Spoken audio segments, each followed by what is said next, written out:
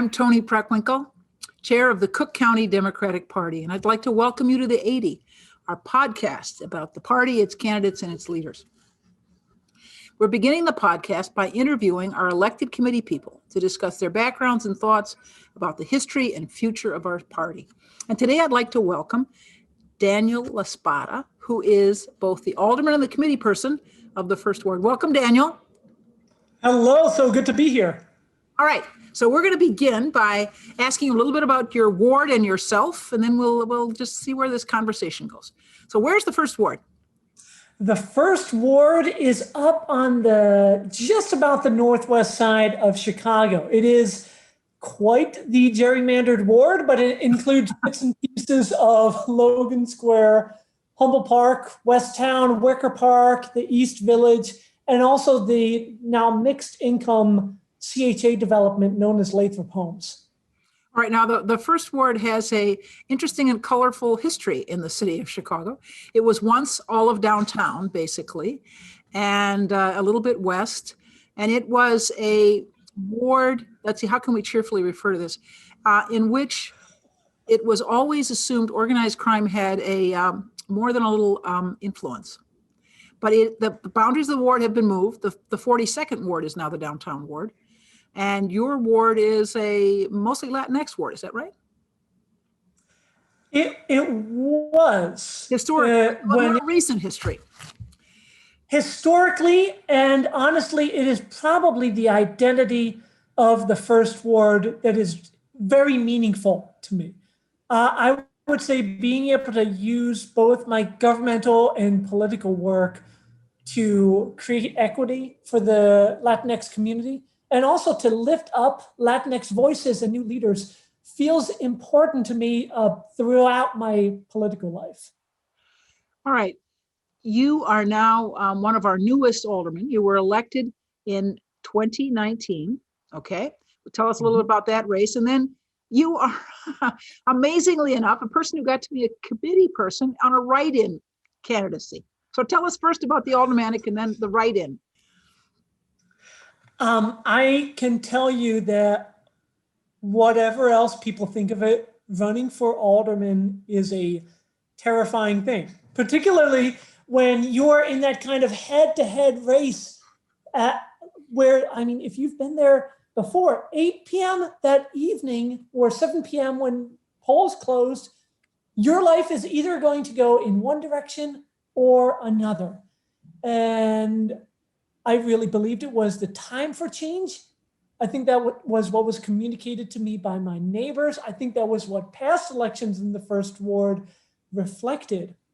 But for all of my hard work, it had been a campaign with so many twists and turns and crises. It felt like a soap opera throughout, that I really did not know until 7:30 that evening that I had a chance even of being the next First Ward alderman. And then the same story the next year with running for committee person. You would hope, okay, this feels like what people want me to be. Like I cannot continue to have a man with so little integrity continue on in that role.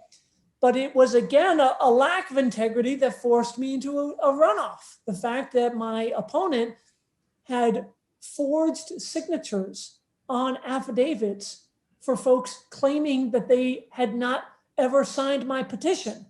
And then to go back to those folks' doors and for them to say, not only is that not my signature, I wasn't even in town on the day that they're saying that I signed that affidavit. At the end of the day, though, the Board of Elections in that last hearing would not consider any more evidence. And so I ended up in a race where there was no name on the ballot, where we were out there pleading with people to remember, you need to write in. You can't write in the alderman. You can't write in the guy who's in office. You need to write in Daniel Spata and spell it right, or none of this is going to count. Well, surely aldermanic races are roller coasters. I've been in a number of them. And actually, I always say, and I've said to you before, this is the best job in Chicago politics, being alderman. First of all, because you're closest to your constituents. and you can have the most impact on their lives, And I always say, people may know the mayor, but they're more likely to know their alderman. Yes. So it's an important job. What are your goals for the ward in your both aldermanic capacity and in your capacity as committee person? Man, in my roles as alderman, I want to see this ward remain diverse. I want it to be healthy. I want people to be able to get around this ward safely, whether that is by foot, by bike, by public transit, or by their car. And I want people to have what they need to thrive. We have some great underutilized schools in the first ward, and I want them to have the resources that they need. And I want families to really understand what a great choice CPS is for their kids. It's all these things that you can do as alderman, that on the ground, that intimate role you have with your community. But my political work is kind of like my governmental work in that I want to inspire people's imagination for what government could or should be. I think the last few decades, particularly the Republican Party, has tried to lower people's expectations for what the presence for government should be. I think sometimes, if we're going to be honest, I think there have been times in the past that even the Democratic Party has said, well, this would be better handled by the private sector. And I think I want people to see that government is prepared to address the massive generational problems that are in front of us. Public solutions, big public solutions for big public problems. Let's talk about Joe Biden's presidency a little bit here, because I think what we've seen, at least I've been encouraged by, and I was an Elizabeth Warren supporter, full disclosure. But what I've seen from Joe Biden and Vice President Harris is a real commitment to progressive democratic politics. I mean, I have been very pleased by the investments they've made in trying to fight the pandemic and recover economically from the pandemic. The things they've done about racial justice, both the statements they've made and the actions they've taken. So what's your read of the president and the direction of the party nationally at the moment?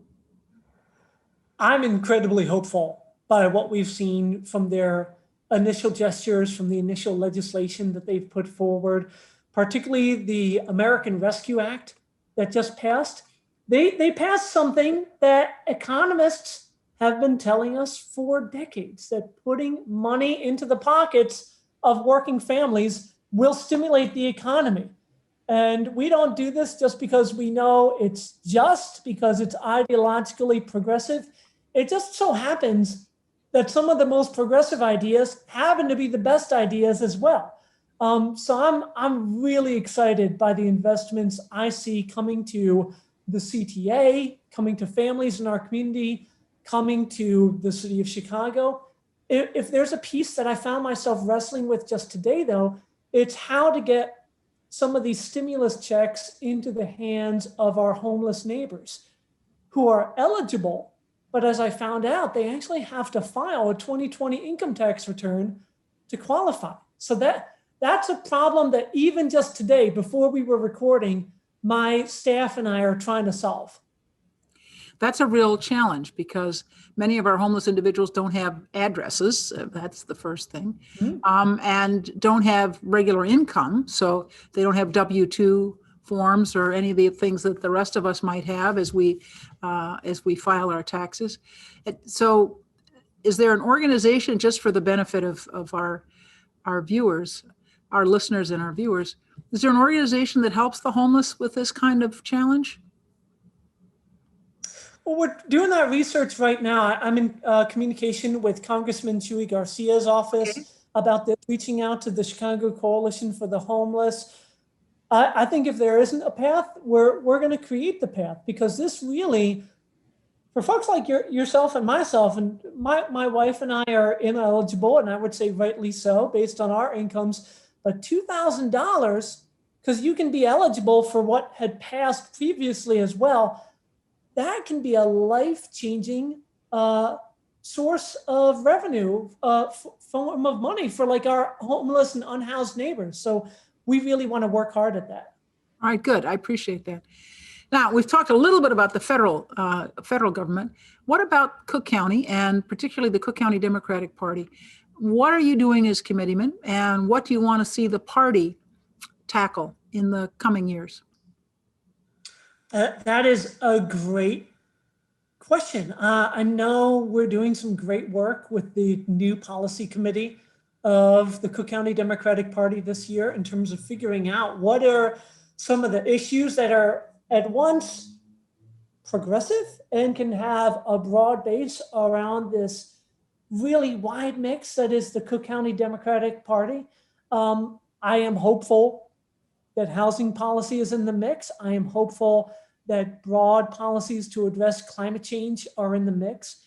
I might as well be bold with what I believe. I really believe in an elected school board, and I fully hope that our party endorses that for the city of Chicago, the same way every single other city in the state of Illinois has an elected school board. So you talked about affordable housing, mixed income communities, climate change. And yeah, I think that many of our viewers and listeners may not realize that the city of Chicago is the very only city, town, or village in the state of Illinois which does not have an elected school board. The only one. We have 102 counties. I can't tell you how many cities, towns, and villages we have. We got 102 counties, and Cook County, city of Chicago, one district does not have an elected school board. It is wild to think about. The fact that I was at an event with CTU, I think back in 2019, where I shared with people being at a polling place for a referendum for an elected school board. And in between that day to this, I've gotten married, bought a house with my wife, been elected alderman, and still we do not have an elected school board. What's it going to take? Like, I think we're on the verge, though. I am hopeful. In my ward, for instance, I was communicating with one of our organizers. The ordinance is moving forward, the affordable housing projects. There's a lot of deferred justice that is coming to pass in Logan Square right now. And I have such an incredible hope that an elected school board is one of those long deferred actions of justice that we will see in 2021. All right. Well, you are an optimist. I hope I'll keep my fingers crossed. What else would you like to see? What else would you like to see transpire in 2021? Is hopefully we were able to rein in the pandemic, although I'm afraid that the virus is going to be with us into the foreseeable future as it continues to mutate.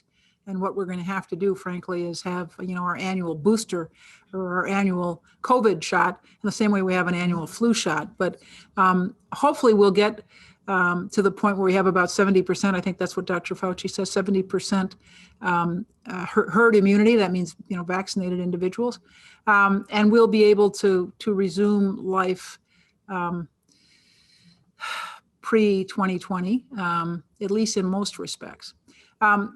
What do you want to see in the sort of post-pandemic Chicago and Cook County? I mean, I became one of those future 70% today. I right. I received my second Moderna dose this morning. There's the things that I want to feel healthy to do. I look forward to running on a treadmill at my gym without wearing a mask. I look forward to going out to eat with my wife and sitting indoors. And this is where I think I'll pivot and I'll talk about some of the political, because democracy, as much as we've learned how to do it by Zoom, democracy is a face-to-face thing. Democracy is what we do around kitchen tables, in living rooms, at people's doors. And I am so hopeful about getting back to the living rooms of the First Ward and back to the doors of my neighbors come this summer and fall. Thank you very much, Daniel Spata, for joining us. We're very grateful. You are the First Ward alderman and committee person, and we're very grateful that you were willing to spend time with us today. Thanks so much.